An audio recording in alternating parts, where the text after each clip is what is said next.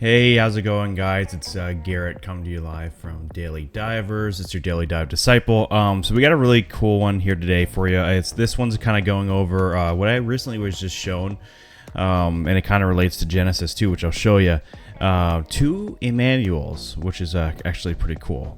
And so let's kind of dive into this here and see what's going on. This will be a quick one, by the way. Be a quick one. And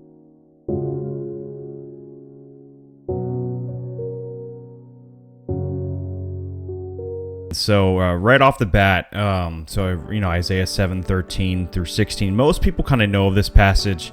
Then he said, "Listen now, our house of David, is it too slight of a thing to try patience of man, that you will try the patience of my God as well? Therefore, the Lord himself will give you a sign. Behold, a virgin will be with a child and bear a son, and he shall call, she will call his name Immanuel. And he with the curds of honey at the time he knows he will eat the curds and honey at the time he knows enough to refuse evil and choose good.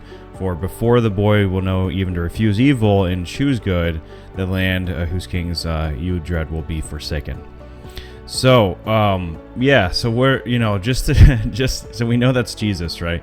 So the virgin was with a child, behold, a child has been born. And so we read right to the next chapter, it's Isaiah 8 through 10. It's talking about God, how he's going to use the king, I believe it's Assyria. No, maybe not. So he's going to use a king basically to come and wipe out a certain area because they're being disobedient. And so he says, "And the Lord spoke to me again, saying, for as much," so it starts in 6 actually, should have started there. "For as much these people refuse the waters of Shiloh, and they go softly and rejoice in risen Remlah's son.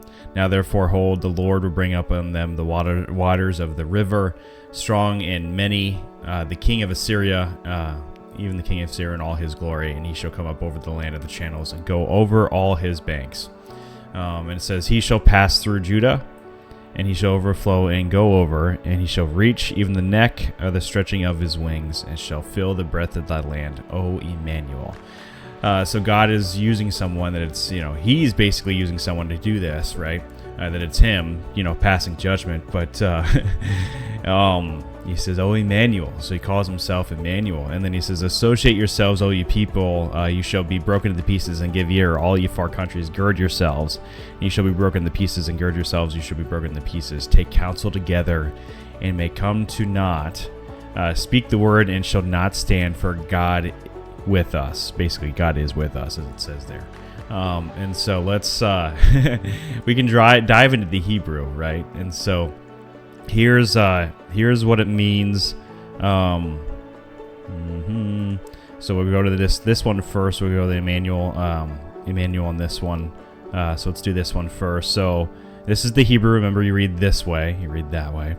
And therefore, the Lord will give you a sign. Behold, a virgin shall become pregnant, bear a son, shall call his name Immanuel, right? There it is. So, Immanuel. And we jump over here, actually for Isaiah 8, and we could dive down, your breath, Immanuel, right? Spelled the same way. So God's calling himself Immanuel, right? God is with you, and that's actually what the next one is. If we read again in the interlinear for 8:10, for Immanuel, so with us, God, right? So it's the same type of spelling we see here, right? Same spelling there, same spelling across the board, as we can see. And so it's kind of cool. And so obviously there's not, it's God the Father and his Son, right? God is with us. So God will physically be with us, as we know, Jesus Christ, right? He is with us. But it kind of related to me in Genesis, actually, when we see two Yahwehs. So 19:24, this is where Abraham's kind of pleading with God not to destroy everything. Sodom and Gomorrah, anyway, because, that's what he's about to do. Lot and his family are down there. But he does. He wipes it out, and it says, Genesis 19:24, "The Lord rained upon Sodom and Gomorrah brimstone and fire from the Lord out of heaven." What?